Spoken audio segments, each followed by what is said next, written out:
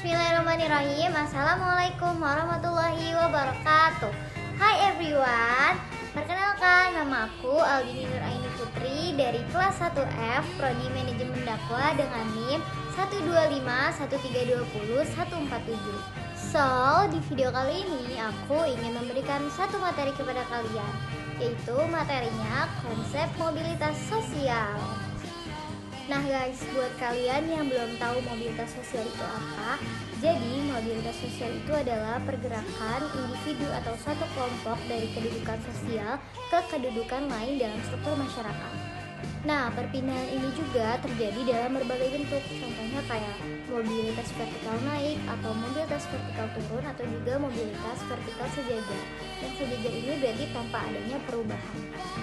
Nah, berarti dengan adanya mobilitas sosial, kita dapat mencerminkan bahwa adanya dinamika dalam kehidupan sosial masyarakat yang status sosialnya tidak bersifat statis, melainkan dapat berubah-ubah karena adanya kondisi dan faktor yang mempengaruhi.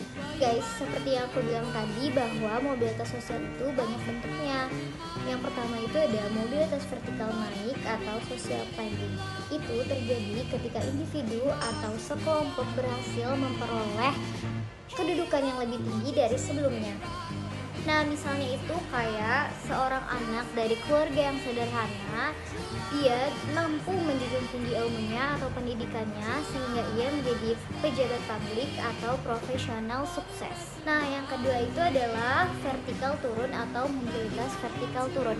Ini adalah kebalikan dari mobilitas vertikal naik. Nah, itu bisa terjadi karena adanya seseorang atau satu kelompok yang mengalami penurunan kedudukan sosial. Misalnya itu seperti pegawai tinggi yang diberhentikan karena terkena kasus pelanggaran hukum sehingga menghilangkan statusnya. Nah, yang terakhir ini adalah vertikal sejajar atau mobilitas sosial vertikal sejajar. Jadi dia tidak ada penurunan ataupun kenaikan. Misalnya itu seperti seorang guru dari kelas A dipindahkan menjadi ke kelas B dengan status yang sama. Mobilitas sosial juga dapat dipengaruhi oleh banyak faktor loh guys. Salah satunya itu bisa dari pendidikan, pekerjaan, perkawinan, kebijakan pemerintah, atau juga bisa dari kondisi ekonomi. Nah, gejala mobilitas sosial itu dapat dikenali dari fenomena di masyarakat, seperti meningkatnya kebutuhan akan pendidikan, meningkatnya seseorang yang ingin memperoleh pekerjaan yang lebih mapan, sehingga munculnya kesenjangan sosial yang berakibatkan tidak meratanya kesempatan untuk dimiliki setiap orang. So guys, kesimpulannya, berarti mobilitas sosial itu memainkan peran penting dalam struktur sosial dan ekonomi masyarakat.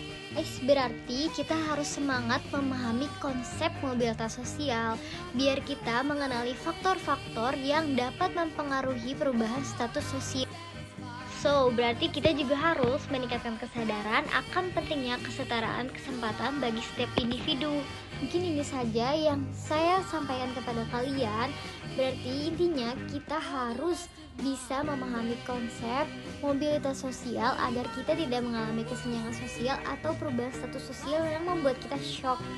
Berarti kita harus bisa paham faktor-faktornya, kita harus bisa mengenali faktor-faktornya. Ini just this from me. Thanks for your attention. Kurang lebihnya mohon maaf.